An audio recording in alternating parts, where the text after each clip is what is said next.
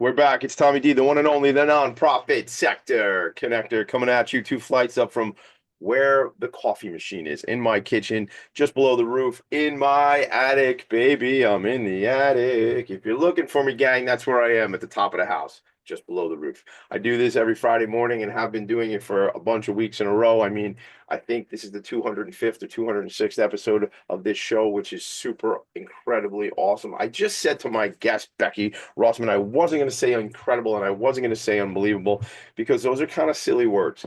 Because, like, I know it's real, so how can I say it's unbelievable? Because it is believable. Stop, Tommy. You're on a show. Stop. Figure this out later on. Point of the matter is, it is amazing. I'm thrilled. I'm so happy that I get to do this every single Friday. So I figured we'd start with this. What do you do, Tommy D, when you're not hosting Philanthropy and Focus? Monday night, we had an event for the Nonprofit Resource Hub, talking about how Medicaid is going to affect funding for nonprofit organizations. Shout out to the Nonprofit Resource Hub, Allison LaFrelita and Kelly and Serini, who run that organization. I'm one of the founding board members of that organization with a bunch of us. Fill you guys in on that later on. But if you want to know more about it, go to nonprofitresourcehub.org. I sneaked out, or I snuck out, whatever. I left that meeting early because a friend and colleague of mine was being honored by the North Shore Hispanic Chamber of Commerce. So I met a bunch of folks from Kiwanis. I met a bunch of local Nassau County, Long Island, that is Nassau County, political and public officials. That was just Monday, man. We rolled that through the week, a bunch of nonprofit events that I was at, even up to last night. I attended 2 gallery openings for nonprofits in the arts world, and a friend of mine who's been on this show from an organization, COPS, which is New York Metro COPS, which supports families who have lost a loved one, a husband, wife, father, daughter, sister, mother, in the line of duty. And that was out here on Long Island at Mulcahy and Wantaw. And then, Wednesday, not because I'm lazy, but because I'm strategic, I didn't want to send out 27 emails introducing my colleague, Tuka Youssef from We Connect the Dots. Lori Carey, CEO of that organization, has been on the show, but I didn't want to send out all these emails. So what I did, they have an upskills program, which, Becky, I was just on the website for Tuesday's Children, and I saw you have vocational stuff going on there. And I'm like, oh my goodness, I'm going to be connecting. And I laughed because yesterday I was saying to you, watch, Becky, I'm going to be trying to like network for you, like during the show, which is what happens when you're Tommy D. But yeah, I know you have a career resource center. The organization that Becky Rossman runs as CEO is called Tuesday's Children. We're going to get into all that. But what I did was I had just a web meeting where Tuka talked about this upskills program. So if you are somebody who is unemployed or underemployed, 18 years or older, living in New York State, although there are connections that can happen outside of New York State, we'll connect you. But if you want to talk to me about that, send Tommy D at Philanthropy and Focus, PHOCUS.com, and I'll get you hooked up with Tuka over at We Connect the Dots. But what she was doing was she was explaining this. It was like a 28-minute meeting. She was explaining this to a bunch of our friends and colleagues from other nonprofit organizations who have vocational programs. I tell you all this just to answer the question that some people might have on their minds. What the heck does a nonprofit sector connector do? That's what a nonprofit sector connector does.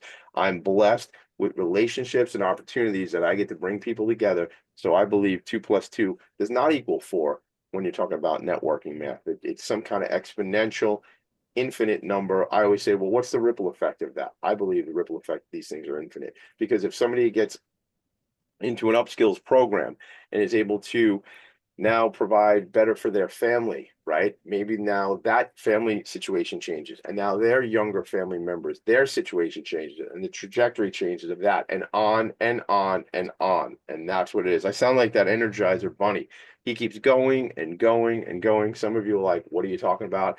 Some of us might remember the Energizer Bunny. I think I sometimes am the Energizer Bunny. Anyway, happy Easter, happy Passover, everybody. Becky Rossman is here. Tuesdays, children. Becky, we just got connected only recently in the last month or so. We only really spoke yesterday for the first time. I'm so jazzed to meet you. Like I said to you earlier, I have your bio. We'll talk about it a little bit. I feel blessed that I get to meet with people every single week on this program. And this is certainly one of those opportunities. CEO of Tuesdays Children, Becky Rossman. What's up? Good morning. Good morning, Tommy D. Thank you so much for having me on here today. You are very welcome. I am jazzed that you are here with me today. And I was like, just yesterday when we were chatting, I was like, oh my God, I kept going on and on and on. And I was like, but then even today, I'm like looking through your background and your resume, your bio, the whole thing. And I'm like, oh, blessings. It's a blessing that the nonprofit sector exists.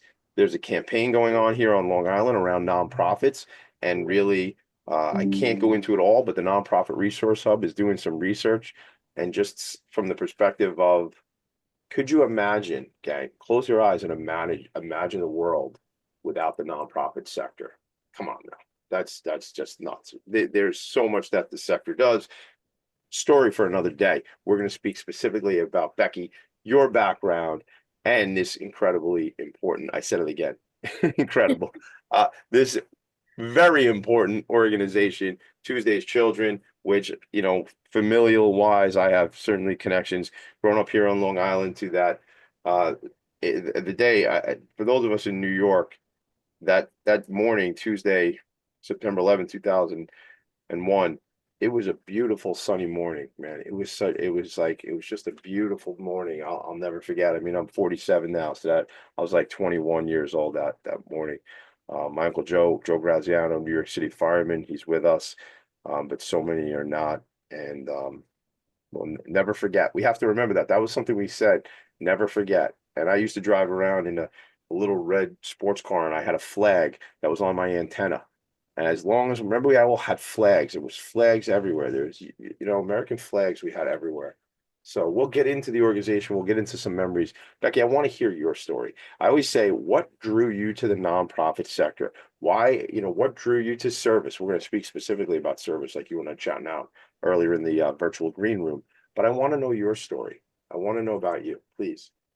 Yeah, so I found my love of serving others when I was 15 years old. One of my friend's moms was a nurse, and she got me a job as a housekeeper in a nursing home. I quickly realized I wanted to work directly with people. So by the time I graduated high school, I had my CNA certificate, my EMTA, and my entire career has just been working with people, very diverse populations, aside from my time in the military. But I'm thankful for that opportunity as well, which is really where I honed in my leadership skills. We're gonna get into the military stuff. I really want to play there for a while, but think about that, gang. Like, think in terms of opportunities come in front of you. You're a 15-year-old child, right? I have a 15-year-old daughter, so um, she would argue that she's not a child, but she would argue about a lot of things. So You'll have that for a few more years, Tommy D. yeah, only for the rest of my life. So that point in your life, you kind of open to the whole world. And I try to remind, we have four children, my wife and I try to remind them, like, you know, this is like such a cool time in your life. Like, you could just try stuff out, like you don't really, you don't have like a lot of financial responsibility, if any financial responsibility. So it's Right. like you can take chances. You had this opportunity. You said it was your friend's mom who got you this opportunity to work in as the housekeeper. And it was at like a senior living facility. What was that like? Yeah, so nursing home, a Yeah, senior nursing. living Yeah. facility. So I actually grew up in a lower socioeconomic home. Uh-huh. So I needed to work to pay for all of those activities. I tried everything. I was in cheerleading and Yeah. dance and student council, and Uh-huh. things were expensive. So that's why I needed like a real job. Yep. And I really just think my whole path, I'm a person of faith. It's just been kind of led by God. I've met the right people at the right times who have just poured into me. So I'm really focused on pouring into others and growing those leaders because I know I wouldn't be where I am today if I didn't have so much help along the way. Yeah, I love that. And the faith thing's certainly important. Yeah. What what was it though? that that service piece, is that from the faith, like out of as a 15-year-old kid, like I have some of my kids, well, my older kids, they have like little jobs in the neighborhood and stuff like that, which are cool, and you're going to learn how to, do customer service and interact with public and things like that. But in a nursing home setting, you're there to really be part of somebody's day and be very involved. Is it what kind of resonated for you there? Yeah, so we were for many of the residents, we were the only people they would see. They didn't have a lot of visitors. And I can't say that faith led me at that time. That's probably the time that I was begging my grandma that I didn't want to go to church. But looking back, it's just all of those opportunities. Like I did it so I could pay for cheerleading camp. There was no other bigger picture for me, but it really just opened the door for me to see the opportunities that are out there. Um, there are a multitude of ways to help people. And I found that I enjoyed conversing with the seniors as much as obviously than the cleaning, which was fine.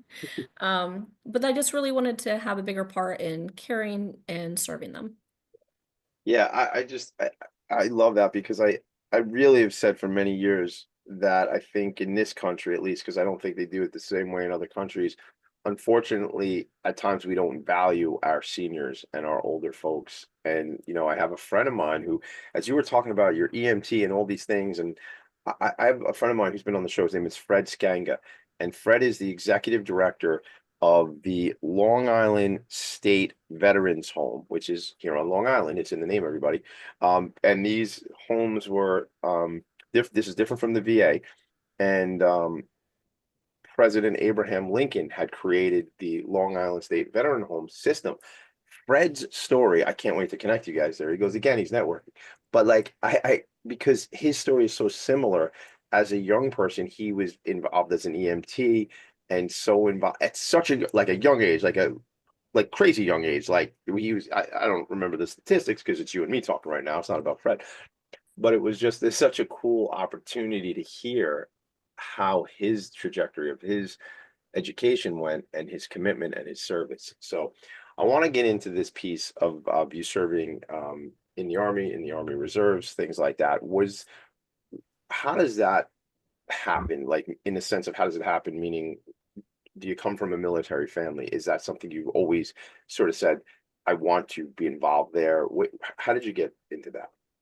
So I am a first generation college student. The majority of my family went into the military, the trades. So I have two brothers. One was, well, one went to the Army, one went to the Marines. My grandfather was in the Air Force. His brother, they were both drafted for World War II. They had an older brother that was drafted for World War One. My dad was in the Navy. Like it's just what my family did. So it was kind of just a natural trajectory for me. And again, at the time, I was just looking at it as a way to pay for college, Yeah, but I got so much more out of it and just so thankful for those experiences and some of the things that I didn't really necessarily like maybe growing up and not having all the things my friends did. It afforded me these opportunities to try things I probably never would have. yeah. And I absolutely love where it has taken me in life. Give me an example. Being in the military, what an example of something you got to try that maybe you wouldn't have tried? Oh, I would say Victory Tower and basic training. You need those confidence courses. Um, kind of a crazy story is we have this long ruck march before the night fire, and it's something you have to do to complete basic training. And I tripped in a hole, cut my finger halfway off. I had a 19-year-old medic sew my finger up in the field just so I could go through the course so I wouldn't get recycled. And it's just those types of So opportunities. you finished. So you finish. What does recycled mean? What does that? Would that mean that night you'd have to redo it, or you'd have to start everything from basic training all over again? Start everything over. So I'm like, when my drill sergeant told me that, I'm like, just sew it up. I got to get through this, right? Oh my goodness, that's incredible. But I talk about that story because, it's those types of things. Like we all come to these crossroads nearly, every month, every week, whatever, where you have to make these choices. And sometimes, I mean, I could have chose to recycle, Sure. but I'm like, either decision would have been hard. Yeah. But I'm someone who believes in those short-term struggles for the long-term gain. And I'm like, you can get through anything. A lot of people, I gotta tell you, like a lot of people couldn't get through what you just said. Like a lot of people, I'm done. I'm never coming back to this thing now. But I had to Google while you were talking. I had to Google Angela Duckworth with that book called Grit, and it came out a bunch of years ago, and it's just like that's grit. Like literally was like hanging half off your finger. Sorry, everybody. Cover your ears if you got a screaming stomach here. But like bad cut. It wasn't like, oh, you scratch yourself. This is bad. So like the whole part right here, and you can't really see, but if you're close up, you can see I had 7 stitches. It was Oh, a 19-year-old kid. I have a yeah. 19-year-old daughter. Yeah. It's kind of crooked, but I'm like, well, I still have my fingers, so You'll have it. Hey, you know what? That medic might be a surgeon right now. Who knows? You know, never know. you never know. But that's like that's grit. That's grit, baby. That's it. Like just making it happen. Let's go. You said like go back to that one piece. I want to really get that short-term challenge for long-term success. What did you say there again? Yeah, so short-term struggles for long-term success. I think a lot of times people don't, they may not want to put in the work. Um, but at the end of the day, we're going to be like, I'm same age as you, I'm 47. Yeah. And a lot Yeah. of people are like, well, I don't want to do that. It's going to take a year. It's going to take 5 years, but you're still going to get there. So you may as well put in the work, right? What's going to happen? 5 years from now, I'm going to be 5 years older, right? Okay, Right. right. And I can like if not me, this is not actually. I'm getting skinnier over the years, but weight is I not wish an. I had that problem. That's not like I was going to say. If I need to lose weight or whatever, I don't. I got to stop losing weight. But my thing is like whatever that task in front of you is, right? Or because there's something the outcome. If I wanted to lose weight, 5 years from now, the time went by. Whether you Right. did the thing, you didn't do the thing, at least we can feel really good about ourselves if we did the thing, you know. And I hear my own voice because I say this about this show a lot. I talked about the show for a long time before I started doing it. And now I've surpassed 200 episodes of something that was just an idea. So I try to speak to people and go, just freaking do the thing. Like, do the thing. Like, I don't care what the thing is. It's probably not going to. I leave you today, Becky, when we're done. And I'm sharing a little secret with the world. So now everybody's going to know my secret. Like, I'm recording 4 episodes today of Long Island Changemakers this afternoon. And I share that secret because I wanted people to think I do it like every single week, but I just knock out a whole bunch of episodes. But I share that because like I met my friend Erica Bradley, who's the executive director of North Shore TV, which is a public access TV station here on Long Island. And I said, I'm going to do a show at your studio. And I do too. I do hashtag ending the stigma and I do hashtag ending the stigma together and I do Long Island Changemakers. And I only tell you all that to, yeah, promote the cool stuff I'm doing, but also to tell you if you want to do that thing, just freaking try it. It might work out exactly how you want it. It probably won't, but it might work out differently. But it's just going to be a fun thing. And you can go, oh, that was awesome. Or that sucked. Either way, you did the thing, right? I think that's what you're talking about. Yeah, you just need to do it. I think John Maxwell has a saying that when you first try it, you're going to be awful at it, but you just have to do it. Yeah. I kind of fell into the role of a CEO by happenstance. Yeah. I avoided every business class. This is not the direction I ever wanted to take. But I got the job and then I had to go to my previous boss and ask, how do you do all these things? Because I had no idea, right? So I'm like, and I tell everybody, you just get the job and you figure it out because that's where I've received probably the best education and experience, Yeah. through failures and just trying it for myself. Trial by fire, right? Like Yes, absolutely. figuring it out, man. Tinker around, make it happen. I love the humility of getting the gig that you had, and you had to go back to your old boss and go, dude, what do I do now? Like, Well, she was the one who was like, hey, I think you'd be a great CEO.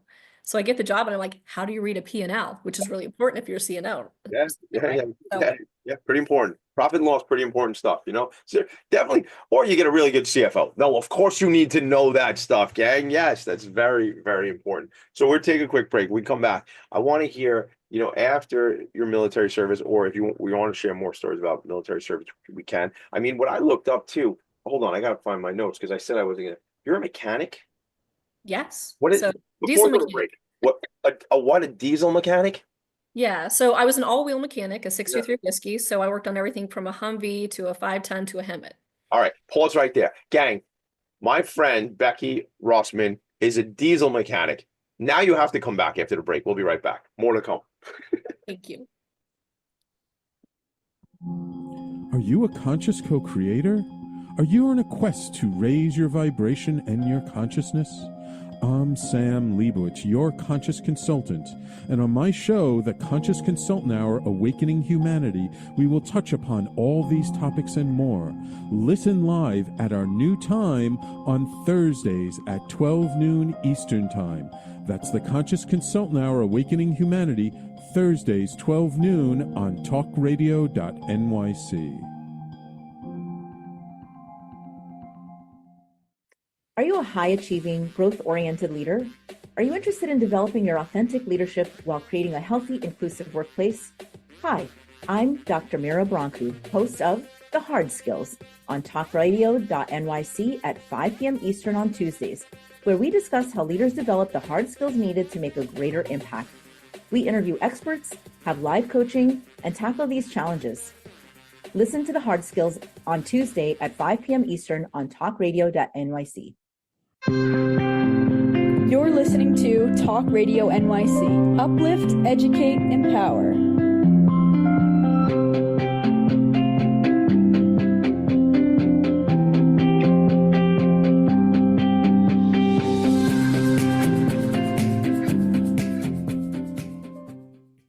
Nonprofits need connections to move in good directions. So cut through all the static. Join Tommy in his attic. That's a catchy tune. Isn't it? Don't you dig it? All right, I do. let's go. Let's go. Cut through that static. I was showing you all who are watching on the stream. I'm wearing this t-shirt. I got to get these t-shirts made up because I want to wear it in all different colors. It says, "Believe there is good in the world." And then in another color, it says, "Be the good in the world." Activate, baby. You be the good in the world. You make the world a better place. Don't wait for it, right? I think it was President John F. Kennedy who, what did he say? Ask not what your country can do for you, but what you could do for your country. JFK, I want to take a little bit away from that. How about ask not what this entire planet, the society, the humans, the animals, everybody involved, what can you do for them? How can you lean in? Not what about me, man? That's my funny voice. Not about what about me, man. What about everyone else? How can you give impact? How can you give back? How can you become part of the change? Be the change. All right, I rant. I get up on the soapbox. I must come back. A diesel mechanic in the Army fixing Humvees. What else were you fixing? Humvees, deuce and a halves, 5 tons, Hemmets, anything with wheels, nothing with tracks, no tanks. No tanks. No How, tanks. so did you have any background in that type of work, technical work like that, mechanics? Like, did you ever change the oil in your car when you were like 18 years old or something like that?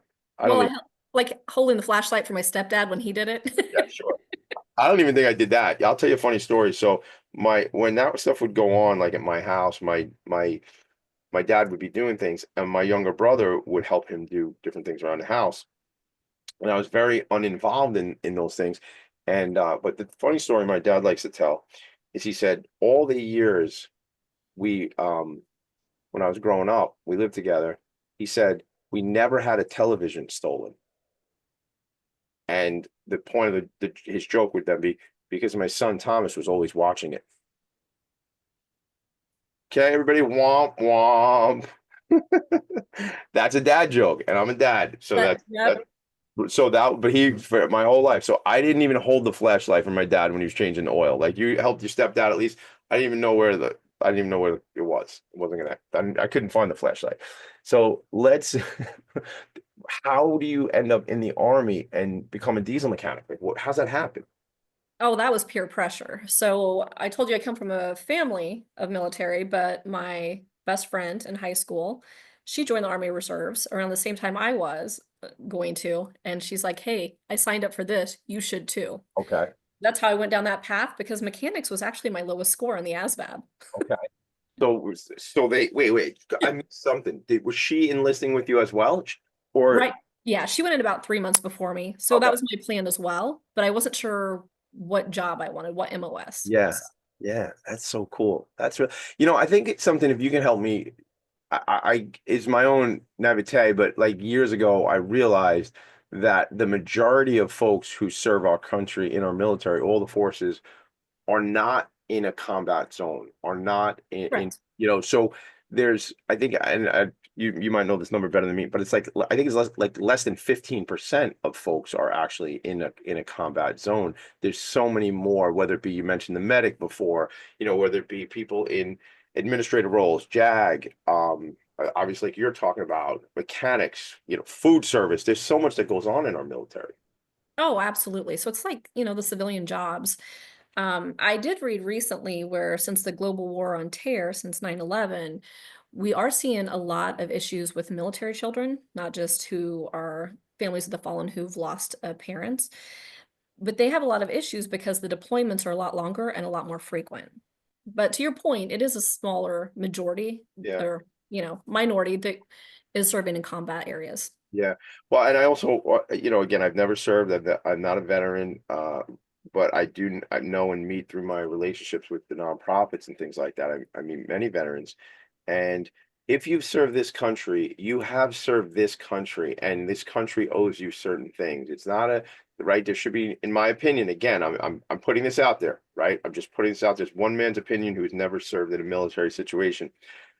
But if you've served, you've served. There shouldn't be anybody in their mind discounting what they should have access to because maybe they didn't do this or they didn't do that, right? You know what I'm trying to go, where I'm going with that?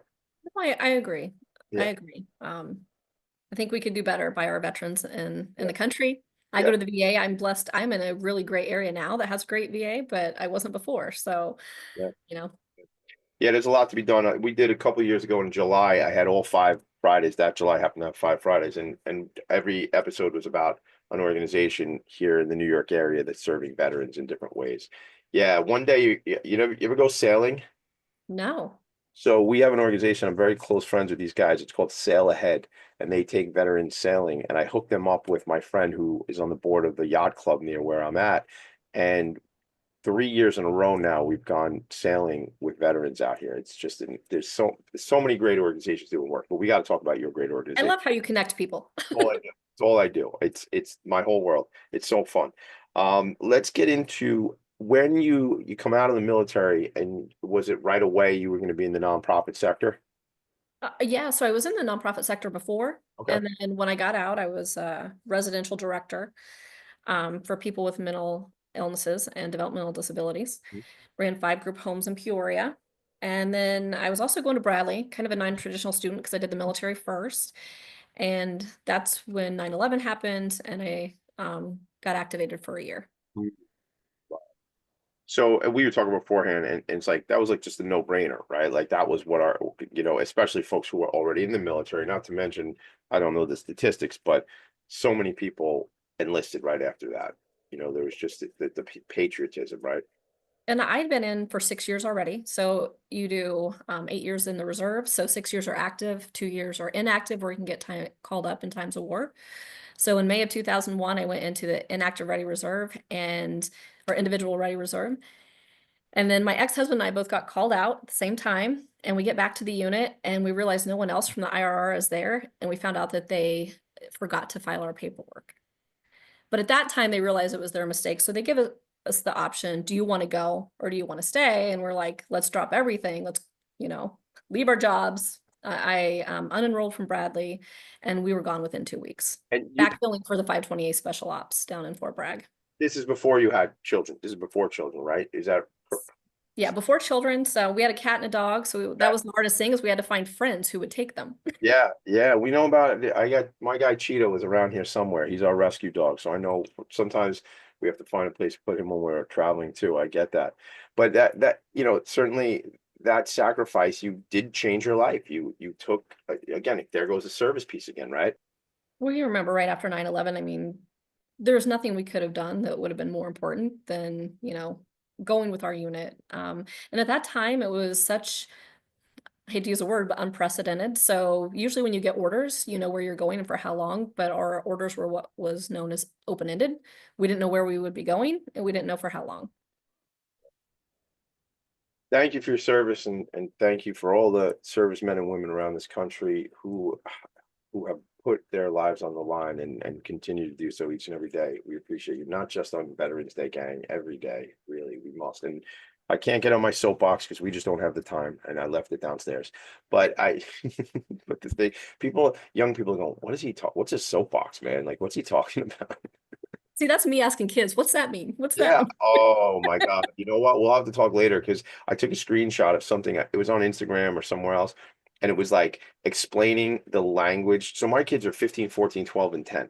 Okay. So they talk about Sigma, and I have this show called hashtag Ending the Stigma, right? Together we talk about, they call, Dad, why are you trying to end the Sigma? I go, I would love to end the Sigma, to be honest with you, because I have no idea what language you people are even talking about. And again, I'm Tommy D. I'm not like, I am 47, right? But I am not like an old man. Like, I'm pretty cool. Like, I'm into some stuff. I know some things, but like the way they talk, and like, so now I walk around my house like, what the Sigma? Like, what the Sigma? Because that's how they talk around here, these people. So, They like to make us think we are old. that's the thing. I'm like, you have no idea how cool I am. I'm Tommy D. You don't know what that means. Like, and they're like, whatever, boomer. I'm like, I'm Gen X. I'm not even a freaking boomer, man. Like, stop doing that. So I am out of control. We're gonna go to break. When we come back from break, I want to hear about how do you, I do have some notes here. There was a nationwide search for them to find you to take on the role as CEO of this organization.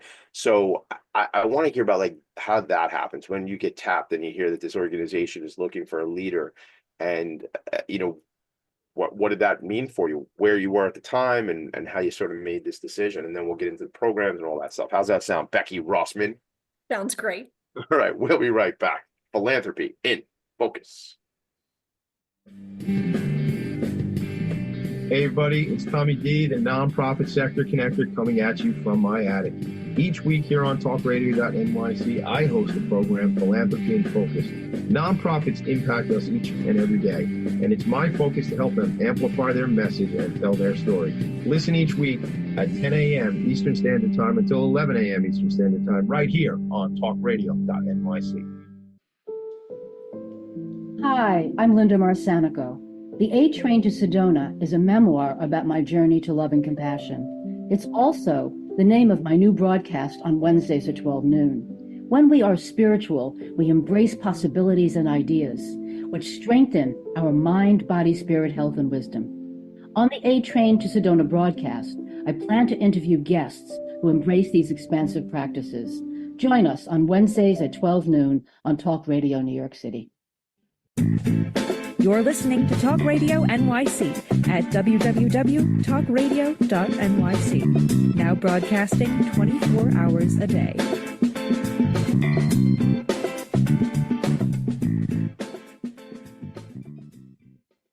Nonprofits need connections to move in good directions. So cut through all the static. Join Tommy in his attic. Just gotta make a quick shout out. I recently I share this all the time, so I'll just share it again. Hashtag Ending the Stigma together. So I see my therapist twice a week, gang, normalize it, right? Twice a week. So I've been missing some meetings with some of the gang here at talkradio.nyc, but I had the opportunity to see some of the folks the other day at a meeting. And I met Angie Snowball, another host here on the show. She's saying on LinkedIn, she's saying, your jingle rocks. And I would totally buy one of those t-shirts. Well, check it. I won't. I sound like that character, Sacha Baron Cohen, Ali G. Check it. But like, check it out. Angie, I loved hanging out on the Zoom meeting, learned so much with you with the whole LinkedIn and stuff like that. But I'll tell you, you got to grab one of the hashtag Ending the Stigma t-shirts, because the money we raise from that is all going back to all different organizations with mental health. So we'll talk about that. But I will have somebody be the change, or excuse me, be the good, believe there's good in the world. I'll have some of these t-shirts made up too. All right, my guest today is a veteran with a personal connection to Tuesday's Children's Mission. Served in the U.S. Army Reserves for 8 years, coming out of the individual ready reserves after 9/11, which we just spoke about. She's involved in her community through decades of service on boards, including America's Gold Star Families, Freedom Paws Service Dogs, going to talk about that. Commerce Bank's Advisory Board educator, having taught about trauma-informed care. I'm all about that. I mean, the meeting I had this morning was my friend, Sarita DiBianca, outside of Philadelphia, Siloam Wellness. We talk about trauma, talk about people living with HIV and AIDS. So much to talk about. I lost where I was going to read from, so I'll just move on to other things in this little thing I was reading. You can just make them up. I will. She's a Mets fan. Are you a Mets fan? I am. I love Jay Horwitz. All right, very good. I'm a fangirl of his. All right. We'll talk about that. I got some connections over at the Metsies. Applied Forensic Psychology, your master's degree in Applied Forensic Psychology from the Chicago School of Professional Psychology, and your bachelor's in psychology from Bradley University. And this is great. I want to talk to you about this on a whole different show. We'll have you come in the studio about trauma-focused cognitive behavioral therapy. I know a little bit about cognitive behavioral therapy. I talk about it twice a week, in fact. And we're just going to get into your conversation about, I want to hear about how you got to Tuesday's Children. And we did a little bit, we set the groundwork with 9/11 and things like that, your military service. But let's get into, I want to know how they courted you. How did they find you? And what made you make this decision to take on the leadership here at Tuesday's Children?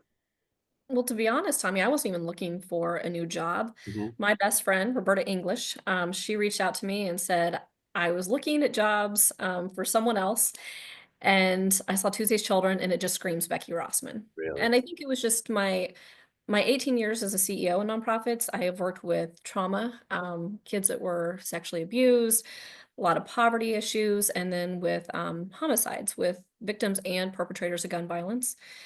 And then, of course, the military aspect, getting called up after 9/11. So both of the missions that Tuesday's Children serves, the families of the fallen and 9/11 community, they just really resonate with me. So even though I wasn't looking and I lived in Illinois at the time, I'm like, oh, I need to throw my hat in the ring. So I kind of came in at the 11th hour and I met the board, the 5 board members who interviewed me, and just really was excited about working with them as well as the mission. Yeah, yeah. But uh, sometimes our friends know better. Yeah. Sometimes our friends know better. We got to have people looking out. We have to have advocates looking out for us. And shout out to your friend. What was it? I know English. What was her first name? So Roberta English, she's the CEO of Wildlife Prairie Park in Peoria, and we worked together for years. She was my COO. I love it. Well, Roberta English, what Wildlife Prairie Park? Is that what you said in Peoria? Yeah, so she's really turned that organization around. It used to be run by the state. They pulled all the funding, and she is just expanding it exponentially. Well, Roberta, when you hear this, I'm going to do 5,000 episodes of Philanthropy and Focus, and this is like 207. So whenever you want to come on the show, we'd love to have you. Never had somebody from like a wildlife organization on my show. I really don't think we have. So that would be super fun. But it's that sort of network and relationship. You go, Tommy, you're always connecting, right? But that's what we do. We look out for each other all the time. It's what we have to do.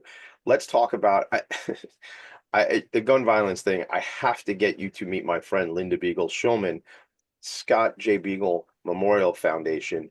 Linda's son was tragically murdered in the Parkland shooting, which was the big national story, international, I guess, I'm sure. But Linda is a friend of mine here on Long Island, and she's been on this show. She's been on, maybe she's been on twice. She's been on Long Island Changemakers. She doesn't want your guns. She's not trying to take your guns, gang. What she told me the first time I met her was, Tommy, I want your 4 children to be safe. That's what she wants. Okay. Yep. That's all we're talking about. I'm not going to make this some kind of political. It's not about that. I've got to connect you guys. We'll talk about that later on. Tell me about this organization. So you mentioned who served. Let's hit that one more time. Who served by the organization, then we can get into programming.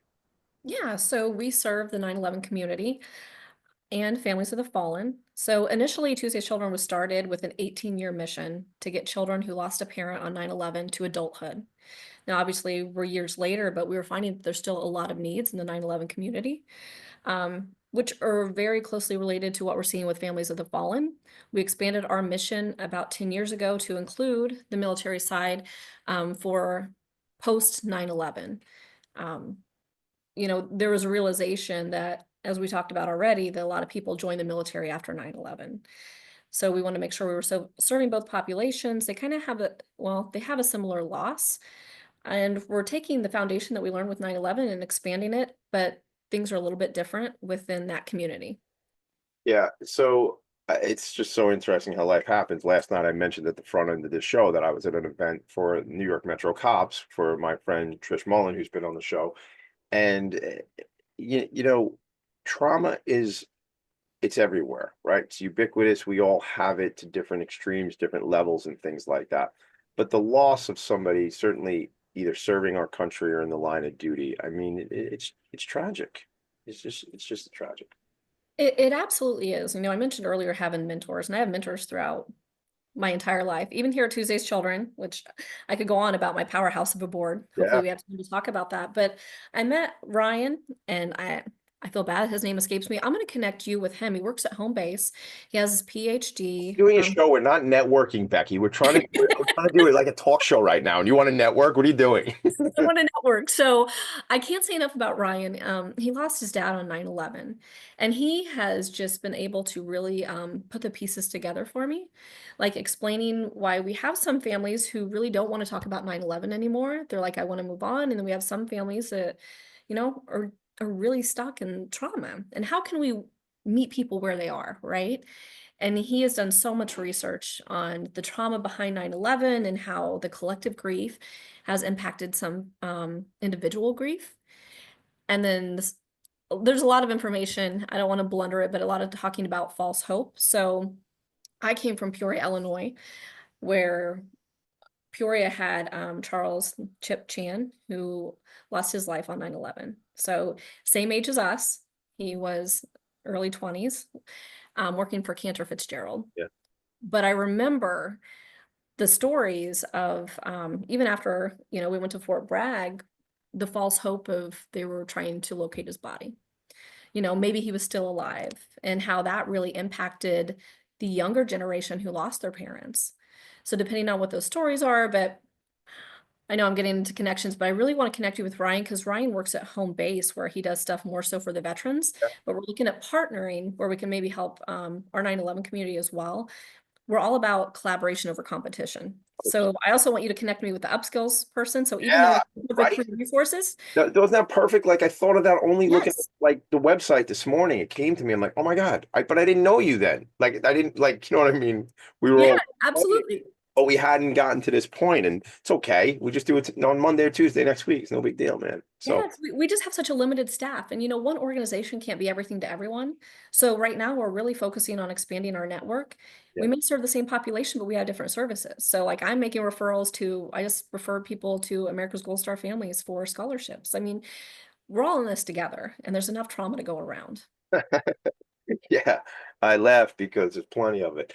A bunch of years ago, I had there's an organization South Jersey outside of Philadelphia called Project Refit, and be an organization for you certainly to know about. And I had one of the founders on my show, and I actually remember I was in the Poconos at the time doing this show. It was like I was remote, but everything's remote. But I was like I was up in the Poconos, and Dan, who was on my show, I think his last name is Lombard. Dan Lombard was on the show with me, and something he said. I mean, he was blown up in a Humvee. This man, blown up. Like it was. I mean, he was on fire. Okay. And something I said took this conversation into a direction where he was like saying, "Look, Tommy, your trauma is real. The other person's trauma is real. Everybody's trauma is real. Just you didn't experience what I experienced, and I didn't experience what you experienced, but that is real. So trauma is ubiquitous. It is what we need to address. It is okay to not be okay, everybody. It is okay to realize that you had stuff in your life that you need to work through." Right? I have to say this when I say it when it comes up because it's just so real, Becky. And you're not alone. So we're hearing a lot of our families feel very isolated, and they feel like they're just the ones struggling, but there's so many people. So we want people to know that they aren't alone in the trauma. And you're right, it is ubiquitous. Oh, you're muted. Muted on my own show. Oh my God, it's so embarrassing. I was coughing, so I put the mute on. I just was about to say I looked up Charles Chip Chan, 23 years old, son of John and Julie Chan. So sending love to the Chan family and everybody else who lost somebody on September 11th, and everybody who loses people every day, because those loss is real and trauma is real, and keeping yourself on mute when you're doing a live talk show is real too. That happens. So I'm gonna share the website. We'll go to a quick break. When we come back, I want to hit upon programs. I want to hit upon like what the intake looks like for somebody who comes to Tuesday's Children with some of their own trauma and their backstory and their challenges. You can kind of tell me what that looks like. How's that sound? Sounds great. We will be right back. Becky, Rossman, and Tommy D. Right back. Were you an essential worker during the pandemic? If you needed to learn stages of epilepsy, did you depend on advocates? Did you use new innovations to cope with mental and neurological issues? Maintaining high quality of life and keeping good mental health are what we all strive for. I'm Frank R. Harrison, host of Frank About Health, and each week top healthcare influencers, professionals, and innovators answer these questions and more. Stay tuned on Thursdays at 5 p.m. on talkradio.nyc, and I will continue to be frank about health with all of you. Are you a conscious co-creator? Are you on a quest to raise your vibration and your consciousness? I'm Sam Leibowitz, your conscious consultant, and on my show, The Conscious Consultant Hour, Awakening Humanity, we will touch upon all these topics and more. Listen live at our new time on Thursdays at 12 noon Eastern Time. That's The Conscious Consultant Hour, Awakening Humanity, Thursdays, 12 noon on talkradio.nyc. You're listening to Talk Radio NYC at www.talkradio.nyc. Now broadcasting 24 hours a day.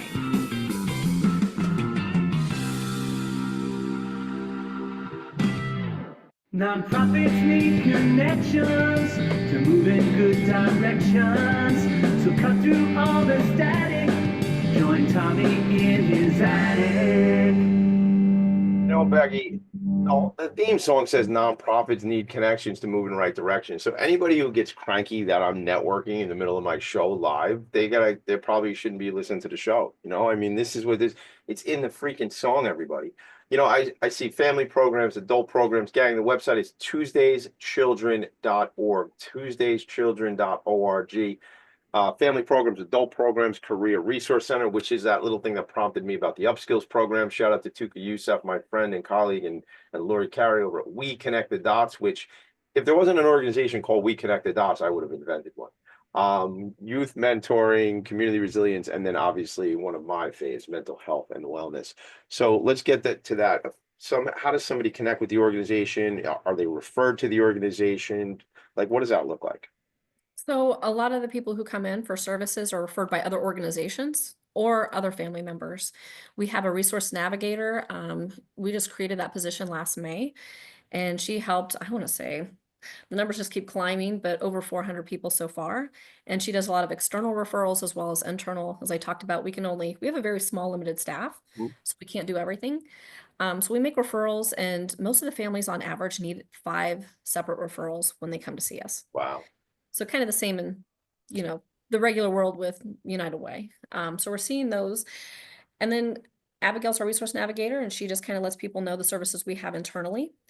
Right now we have our youth mentoring for essentially kids who lost a service member, their parent or a sibling. We are waiting for 25 mentors in almost 17 states. So I'm going to send you the mentoring map if you can share that at some point. Yeah, we certainly can. And something came up while you were talking about. Did you say Abigail is the resource navigator? Yes. Something came up for me while you were talking about that. And this is what happens in my brain. So I've been doing these little things where I'll just I met somebody last night and she has an event coming up and I can't get her on the show till July because we're just busy. We got a lot of episodes filled in. And I was like, well, why don't we just jump on a Zoom call and we'll do a 9-minute video. I don't know why 9. But 9-minute video where we promote your event. Abigail should probably just come on and we do a Facebook Live or whatever, and we just talk about that, right? And then maybe somebody from your jobs program comes on and we just do it. Only because I can't help myself and I just want more, and I just want more opportunity. But that's more opportunity to help tell stories. So I always want the CEO, the executive director, that's who I want on my show. Because I think that's the tip of the spear if we go to military stuff, but that's the tip of the spear. That's a person from leadership, right? So that's who comes on this particular program. However, I know you're going to say, just like all my other friends in this space say, Tommy, it's not about me. It's about my team. It's about all the work that's going. It's about the Abigails and as people we serve, like Ryan and all these different people in these relationships who are connected to. So we can do these things. So your team can come on, and gang, if you have a nonprofit organization and you have something coming up, reach out to me, Tommy D at Philanthropy and Phocus.com, and we'll just do these things and have fun. It'll just build momentum for what I'm trying to do in the world. So they come to you, they have these referrals, they need things, they need navigation. Let's go back into that a little bit if you could. Yeah. So, and we would love that opportunity, by the way. I have an amazing team. A lot of our intakes, just so you know, with our military families that we serve, it's not just Gold Star. So regardless of circumstance of loss. So the government doesn't necessarily look at people who've lost service members unless it's in the line of duty, which is the Gold Star. We are having probably just a slight majority of the people coming through who have died by suicide. So right now we're kind of in this trajectory where things are, we're really leaning into our families, looking at the family surveys and making sure that we're, again, meeting them where they are with those specific services. And I kind of alluded to earlier, so when we started serving the 9/11 community, you know, everyone wrapped around them in Long Island, in New York. The world was just so supportive. What we're seeing is we're taking those services and applying them across the nation, but we have a very small remote staff. And in the military, if you lose a service member, you have 1 year until you're kicked off base.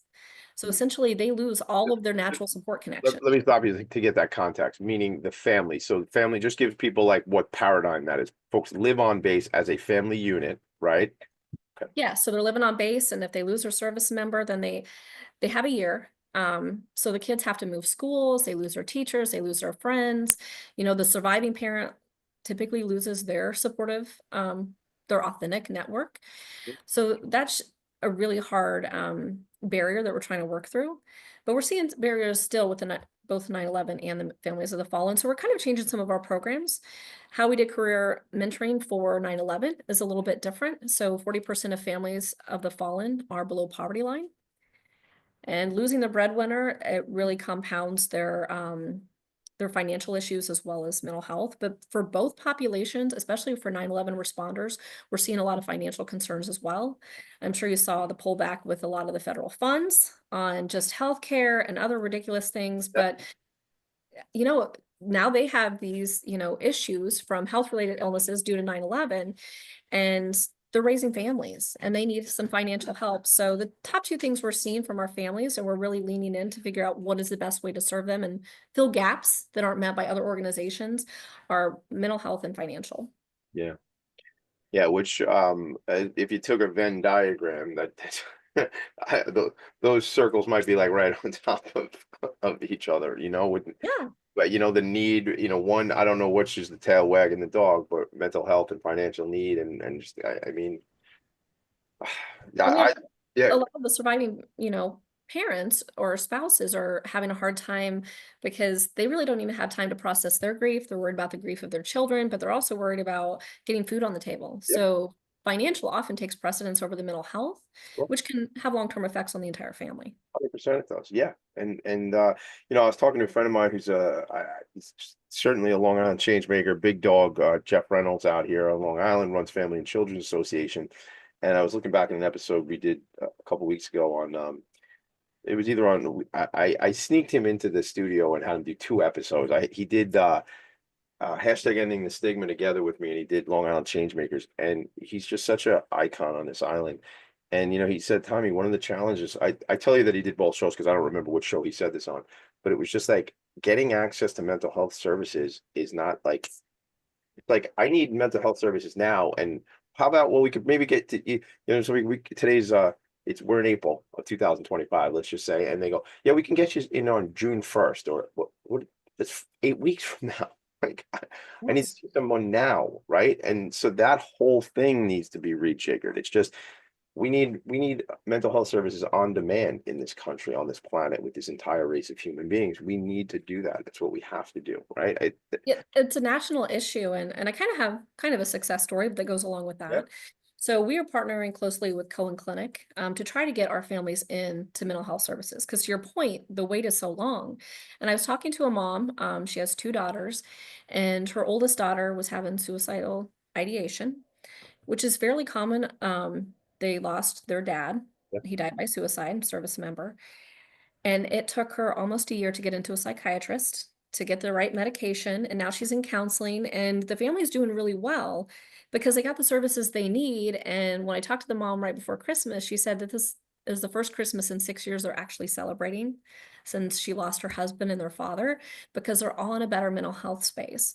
So just like you, that's one of the things we try to do at Tuesday's Children is connect the dots. It might not be a service that we provide, but if we can open the door a little bit quicker for our families, we're seeing that that's what they really need help with. And a lot of families aren't getting the the benefits that they deserve and they're entitled to, because if you've looked at a government paperwork or contract, a lot of times that is overwhelming and kind of intimidates people. So helping them walk through those processes as well. Yeah. Yeah. Playing connector. I hear you're doing it. I love it. I can't wait to keep developing this relationship with you and your organization, because there's so much here. I have so much to say. Just, my blessings and love and just respect for that family who had that loss. And gang, when somebody takes their own life, what it does for me right away is I feel, I feel for that person. How much pain were they in? How much pain were they in? And we have to consider that and see that from love and compassion. And, even the words we use, right, have to be, the committed suicide. It's like a criminal act, but took their own life. We have to use different words. I don't have to all the time. Died by suicide. Died by suicide. Thank you. We have to change the language, and certainly in our veteran community, that the 22 a day and all this thing. I'm interviewing somebody in the next couple of weeks, just to talk more about that. But we have like a moment or two. I just want to hit upon. I'm looking at some events that you have coming up. You want to just tell me about them, please, and I'll share the screen a little bit while you're talking about. Absolutely. So boxing is one of our main events. It is on June 4th and it sells out quickly, but we would love for people to buy tickets, buy a table. There's sponsorship opportunities on our website. Kentucky Derby is run by our junior board, which I cannot say enough about our junior board. Past recipients of our services, now they raise money, they mentor, they help us. So they're going to be doing the Kentucky Derby on May 3rd. We're going to have a watch party at the rooftop bar at Elsie, I believe. You're doing this. Hold on. You're doing this boxing event at the Edison Ballroom. Yes. That's where we had the first New York City Imagine Awards, was at the Edison Ballroom. I didn't know they could like roll in a boxing ring in there. How cool is that? I got to get to that event. I have a friend of mine, Michael Goldberg, who's an amateur fighter. We're still looking for fighters too, up until next week. His challenge. Well, we'll talk about that. Let's talk about connecting. He runs a networking group called the Networking Group, and for a long time I was I was a chief culture officer of that organization. But I see something going on at Pocono Raceway. Gang, the website is tuesdayschildren.org. And then I clicked on events. Where was the thing about the Derby? You said Junior Board Annual Kentucky Derby Watch Party. May 3rd. And then we have a great golf classic. It's at the Creek this year, but I didn't mention it because I think it's already sold out. So, well, it's funny. That's a client of ours at Vanguard Benefits. We do the benefits for the Creek. Oh, wow. Yeah, small world. It just gets smaller every day. As soon as I start talking, it gets smaller. So the Penthouse, the Kentucky Derby Watch Party, Saturday, May 3rd, 2025, 4:30 to 7:30 at the Penthouse at LC Rooftop. Gang, you want to hang out with me and you want to hang out with Becky Rossman, you got to hit up with us at one of these events.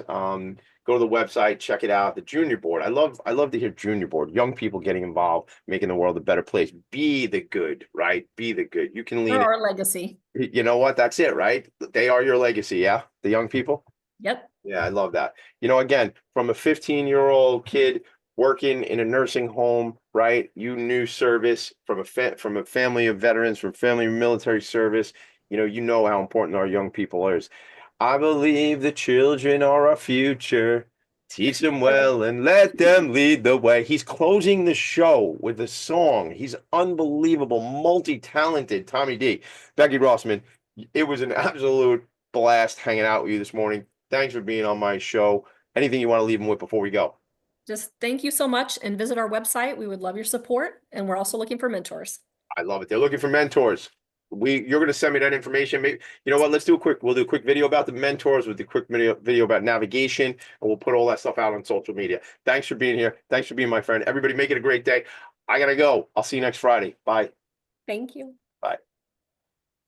Nonprofits need connections to move in good directions.